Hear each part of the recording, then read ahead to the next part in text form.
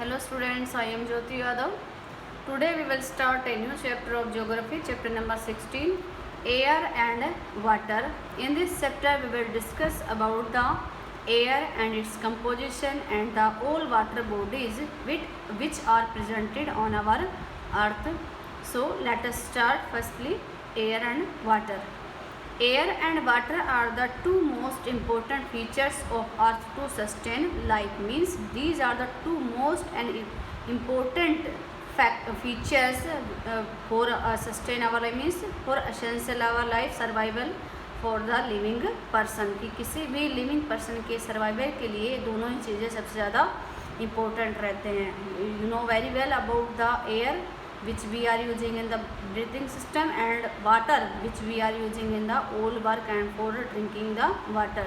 And without air and water we cannot survive on the earth. So and these two features are presented on the earth. That's why the life is possible only on the earth planet, not on the other planets.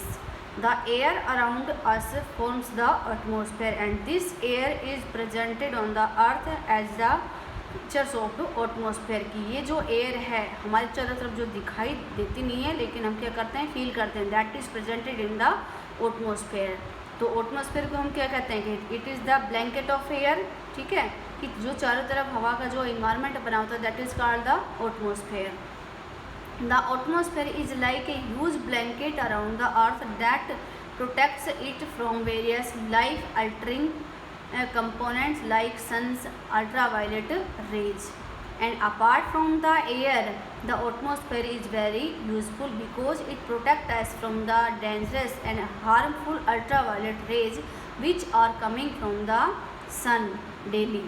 Okay, so the presence of the air and the protection of the ultraviolet rays, the atmosphere is very useful.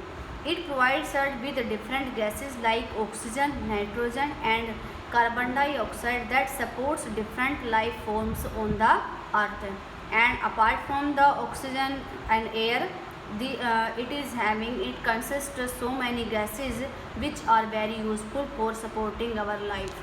So let us start about the all gases and their composition. Like the atmosphere, hydrosphere is another feature. Hydrosphere means the presence of water bodies. Feature of our earth that helps it to maintain the living creatures on it. कि hydrosphere atmosphere के साथ साथ means air के साथ साथ जो hydrosphere जो present किसके रूप में है, वाटर के रूप में, किसी भी लिविंग क्रिएचर के लिए बहुत ही ज़्यादा यूजफुल है. The hydrosphere is the water that is found on earth. The total ratio of land and water is 29 and 71% respectively. Means the water is presented on the earth is how many percentage is 71 and the land means 29. Water is found in seas, oceans, rivers, lakes and gulfs, and these are the water bodies which are presented on the earth, but that is salt water. But these all water bodies are having the salty water and this is not useful for us. Animals and human beings need fresh water to drink and live, and we requires the fresh water. So only 3% of the total water is available as fresh drinking water. Means इस 3% को ही हम क्या कर सकते हैं, use कर सकते हैं और उसको हम यूज़ करते हुए आ रहे हैं. जब से अर्थ के ऊपर लाइफ सस्टेन हुई है, जब से अर्थ के ऊपर लाइफ पॉसिबल हुई है, तब से लेकर आज तक हम इस 3% एरिया को ही यूज़ करते हुए आ रहे हैं, क्योंकि बाकी जो परसेंटेज है वो क्या है, साल्टी है. And this is not useful for survival and for drinking. ठीक है, तो ये जो 3% है, इसीलिए तो कहा जाता है कि अब हमें अर्थ के ऊपर लगभग 4.5 वर्ष पूर्व अर्थ के ऊपर लाइफ पॉसिबल हो चुकी थी. मतलब लाइफ के ऊपर किसी भी लिविंग पर्सन का बर्थ हो चुका था. मतलब तब से लेकर और आज तक हम उसी परसेंट को यूज़ करते हुए आए. तो धीरे धीरे डिक्रीज तो होगा.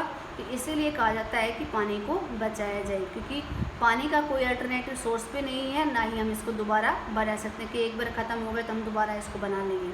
तो इसलिए कहा जाता है, क्योंकि जो रेशियो है वो बिल्कुल कितना है, 3%. Our Earth is a unique planet because it supports life. We have already discussed that life is possible on the Earth, so that's why it is called an unique planet. No other planet has yet been discovered to have life on it. This is possible because of the atmosphere and hydrosphere, and the life is possible due to the presence of atmosphere and the hydrosphere on the earth.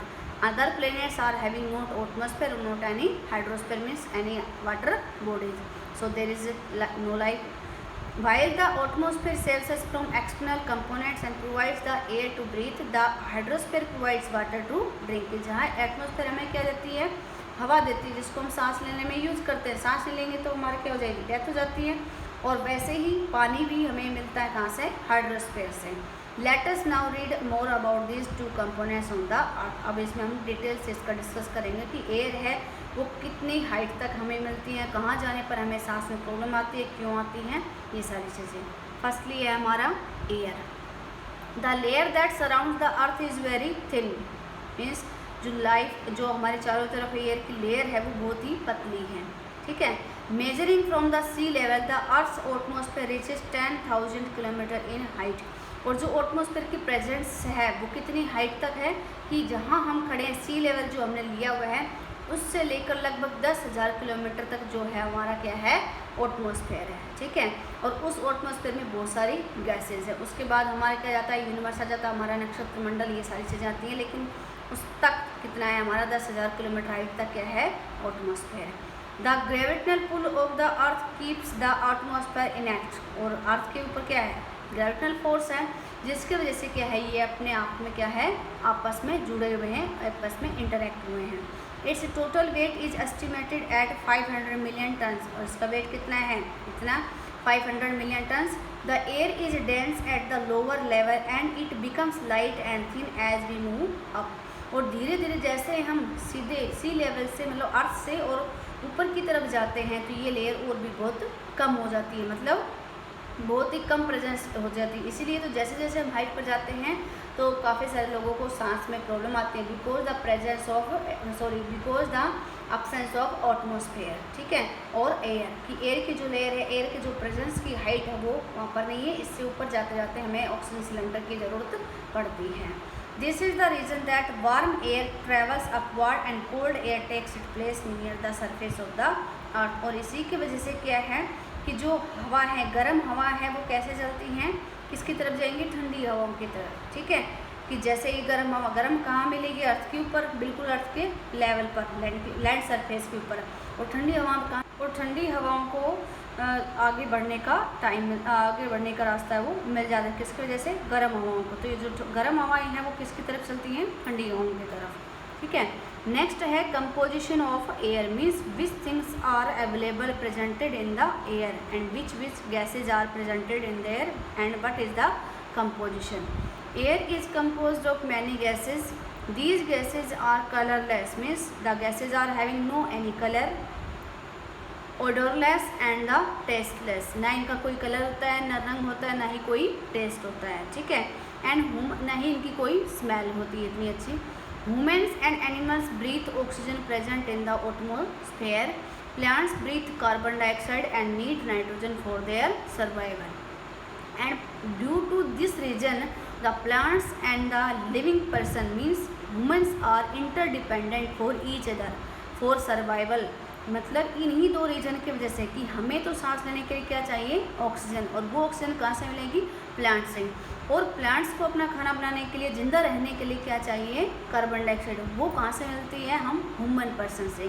तो इसलिए दोनों ही आपस में एक दूसरे पर क्या है, सर्वाइवल है, इसी एक रीजन की वजह से. वैसे तो बहुत सारी चीज़ें हैं जो हम किससे लेते हैं, प्लांट से, लेकिन उसके बदले में वो हमसे कुछ नहीं लेते. जैसे फ्रूट्स लेते हैं, वेजिटेबल्स लेते हैं, लेकिन उसके बदले हमसे वो कुछ नहीं लेते. लेकिन ये एक ऐसा सिस्टम है, ये एक ऐसी चीज़ है जिसके वजह से वो हमारे ऊपर डिपेंड है जीने के लिए, और हम उनके ऊपर डिपेंड करते हैं. क्योंकि हम क्या करते हैं, ऑक्सीजन को लेते हैं उनसे और कार्बन डाइऑक्साइड को छोड़ते हैं. और वो अपोजिट करते हैं. वो क्या करते हैं, कार्बन डाइऑक्साइड को लेते हैं जो हम छोड़ रहे हैं, और ऑक्सीजन को रिलीज करते हैं. ठीक है. The two main gases components of air are nitrogen. Nitrogen कितनी है एयर के अंदर, 78%, एंड ऑक्सीजन 21%. अदर गैसेज जो 1% बचा, like carbon dioxide, helium, ozone, argon, hydrogen etcetera, are present in very minimal quantity only 1%, कि बाकी जो 99 के बाद जो बचा 1% उसमें ये सारी गैसें आ जाती हैं जिनको हम यूज़ कर रहे हैं किसी न किसी तरीके से, ठीक है। Other component of air includes dust particles, water vapour and smoke, कि जो भी डस्ट है, जब हम झाड़ू वगैरह लगाते हैं, कोई भी धूल का काम करते हैं, मिट्टी का काम करते हैं, तो वो सारा उड़कर कहाँ जाएगा, एटमॉस्फेयर के अंदर, और एटमॉस्फेयर में क्या है, एयर है। वाटर वेपोर है, जो वेपोरेशन का प्रोसेस होता है, जो स्मोकिंग से जो धुआं निकलती है, जो भी सारी चीज़ें वो कहाँ जाती हैं, एटमॉस्फेयर के अंदर, और वो एटमॉस्फेयर में क्या है, एयर है, तो उससे क्या हो जाती है, मिक्स हो जाती है। Water vapour and dust particles are present at the lower levels of the atmosphere and their amount changes from place to place and time to time। और ये जो डस्ट पार्टिकल्स हैं, ये जो एटमॉस्फेयर के बिल्कुल नीचे, जो हमने मैक्सिमम हाइट इसके कितने लिए है, 10,000 के आसपास, ठीक है, लेकिन इसकी जो सबसे प्रेजेंस है डस्ट पार्टिकल्स की, वो कहाँ पर है, लोअर लेवल पर, मतलब ज़्यादा हाइट पर ये चीज़ें नहीं मिलेंगी। The lower layers of the atmosphere are uniformly disturbed by the components depending on the purity and dryness of the air। और ये जो कंपोनेंट है, ये क्या है, किस पर डिपेंड करता है, कि हवा के अंदर कितना क्या है, प्योर। प्योर का मतलब यही होता है कि हवा के अंदर जो डस्ट चीज़ें हैं, जो स्मोक है, जो डस्ट है, या और वाटर वेपोर है, वो कितना है। इसीलिए तो कहते हैं शहरों के अंदर क्या है, जो पोल्यूशन है वो बहुत ज़्यादा, पोल्यूशन का मतलब है जो धुआं है वो ज़्यादा, तो वो सारी कहाँ मिलेगी, जाकर एटमॉस्फेयर के अंदर। तो इसलिए वहाँ की हवा क्या होती है, प्योर नहीं होती। गांव की हवा को कहते हैं प्योर होती, वो इसी की वजह से है क्योंकि गांव के अंदर कंपनियां, फैक्ट्रीज नहीं होती, व्हीकल्स भी कम होते हैं, तो इससे जो वो एयर होती है वो क्या होती है, प्योर होती हैं। तो ये जो प्योरिटी किस पर डिपेंड करती है, कि जिस एरिया में जिस तरह की चीज़ें हैं, इकोनॉमिक एक्टिविटी है, उसी के अकॉर्डिंग वहाँ पर क्या होगी, air. This lower layer is almost 8 kilometre in height from the sea level. और ये जो डस्ट पार्टिकल्स है, वाटर वेपोर है, ये अर्थ जो सी लेवल लिया गया है, सी लेवल से लगभग 8 किलोमीटर की हाइट तक ही मिलेंगे। उससे आगे तो फिर गैसों की प्रेजेंटेशन आ जाती है। उसके बाद तो फिर गैसें स्टार्ट हो जाती हैं। कुछ हाइट पर ऑक्सीजन मिलेगी, कुछ पर नाइट्रोजन मिलेगी, कुछ पर हाइड्रोजन मिलेगी, अकॉर्डिंग टू हाइट अलग अलग गैसें हैं वो प्रेजेंट होंगी, ठीक है। आगे है pie chart of the composition of air. सबसे पहले है नाइट्रोजन।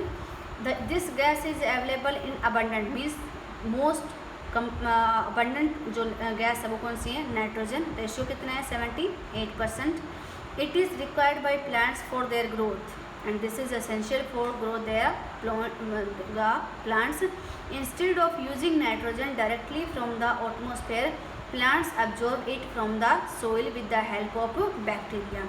कि सीधे वो एटमॉस्फेयर से इसको नहीं ले सकते, जैसे हम सीधे ऑक्सीजन को एटमॉस्फेयर से ले लेते हैं, ठीक है, और कहाँ से लेते हैं, हमारे जो प्लांट्स छोड़ते हैं उससे ले लेते हैं सांस लेने में। लेकिन जो प्लांट्स है वो नाइट्रोजन को सीधा नहीं ले सकते, वो क्या करते हैं, इसको ऑब्जर्व करते हैं। उनके अंदर कुछ बैक्टीरिया होते हैं सोइल के अंदर, और वो बैक्टीरिया क्या करते हैं, एटमॉस्फेयर से इस नाइट्रोजन को ऑब्जर्व करते हैं, फिर उसके बाद वो पहुँचते हैं पेड़ों तक।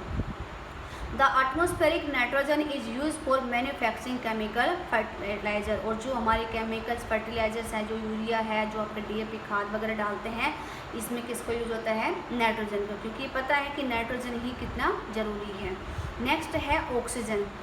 This gas is an essential component of the atmosphere because all lives on earth depend on this gas, because without the oxygen we can not breathe, ठीक है, हम सांस नहीं ले सकते। इसलिए जो भी लिविंग पर्सन है अर्थ के ऊपर, चाहे वो एनिमल्स हैं, चाहे वो प्लांट्स हैं, चाहे फिर वो लिविंग पर्सन में तीन ही आती हैं, प्लांट्स, एनिमल्स और ह्यूमन बींग, तो तीनों के लिए ही ऑक्सीजन जरूरी है। We breathe oxygen from the air around us because it is a heavy gas and weight कितना है इसका, हैवी है। तो ये कहाँ पर मिलेगी, हाइट पर भी मिलेगी। हल्की गैस कहाँ होती है, ऊपर उठती हैं, और भारी गैसें वो नीचे, मतलब नीचे की लेयर्स में, ज़्यादा हाइट पर नहीं मिलेगी। Plants produce oxygen during photosynthesis. और ये जो प्रकाश संश्लेषण जिसको हम कहते हैं, आप साइंस में भी अच्छे से पढ़ते हो, जिसके द्वारा जो प्लांट्स अपना खाना बनाते हैं, उसके द्वारा ये है क्या है, रिलीज होती हैं। They breathe in carbon dioxide and release oxygen. जो पेड़ पौधे क्या करते हैं, कार्बन डाइऑक्साइड को क्या करते हैं, लेते हैं, और ऑक्सीजन को छोड़ते हैं। This help in maintaining the balance in the ratio of the two gases. और इसी की वजह से क्या है, जो एटमॉस्फेयर के अंदर जो रेशियो है इन दोनों गैसों का वो बैलेंस है वो मेंटेन रहता है। नेक्स्ट है carbon dioxide. This gas is another most important gas in our atmosphere. Plants require carbon dioxide as human need oxygen, कि जैसे हमें जिसके लिए ज़्यादा ज़रूरी है ऑक्सीजन, ऐसे ही प्लांट्स के लिए कार्बन डाइऑक्साइड भी बहुत ज़्यादा ज़रूरी है। Because with this help of this gas they are preparing their food, but in recent times the amount of carbon dioxide has increase enormously. लेकिन अगर हम देखें तो लास्ट 10 ईयर्स से जो कार्बन डाइऑक्साइड का रेशियो है जो 1% के अंदर आता था सारी गैसेज, तो इसमें कार्बन डाइऑक्साइड का 0.003 आता है, ये क्या हो गई है, बढ़ गई है, क्योंकि कार्बन डाइऑक्साइड ज़्यादा रिलीज हो रही है, प्लांट्स कम हो गए हैं। प्लांट्स क्या करते हैं, ऑक्सीजन रिलीज करते हैं, तो प्लांट्स की संख्या क्या हो गई है, कम हो गई है। और जो व्हीकल्स वगैरह हैं वो क्या हो रहे हैं, बढ़ रहे हैं, तो जिसकी वजह से कार्बन डाइऑक्साइड का रेशियो है वो बढ़ गया है। This has caused a greenhouse effect about which we will study in the last section of this. और इसी की वजह से कि ग्रीन हाउस इफेक्ट है वो हो रहा है, अर्थ का टेम्परेचर है वो बढ़ रहा है।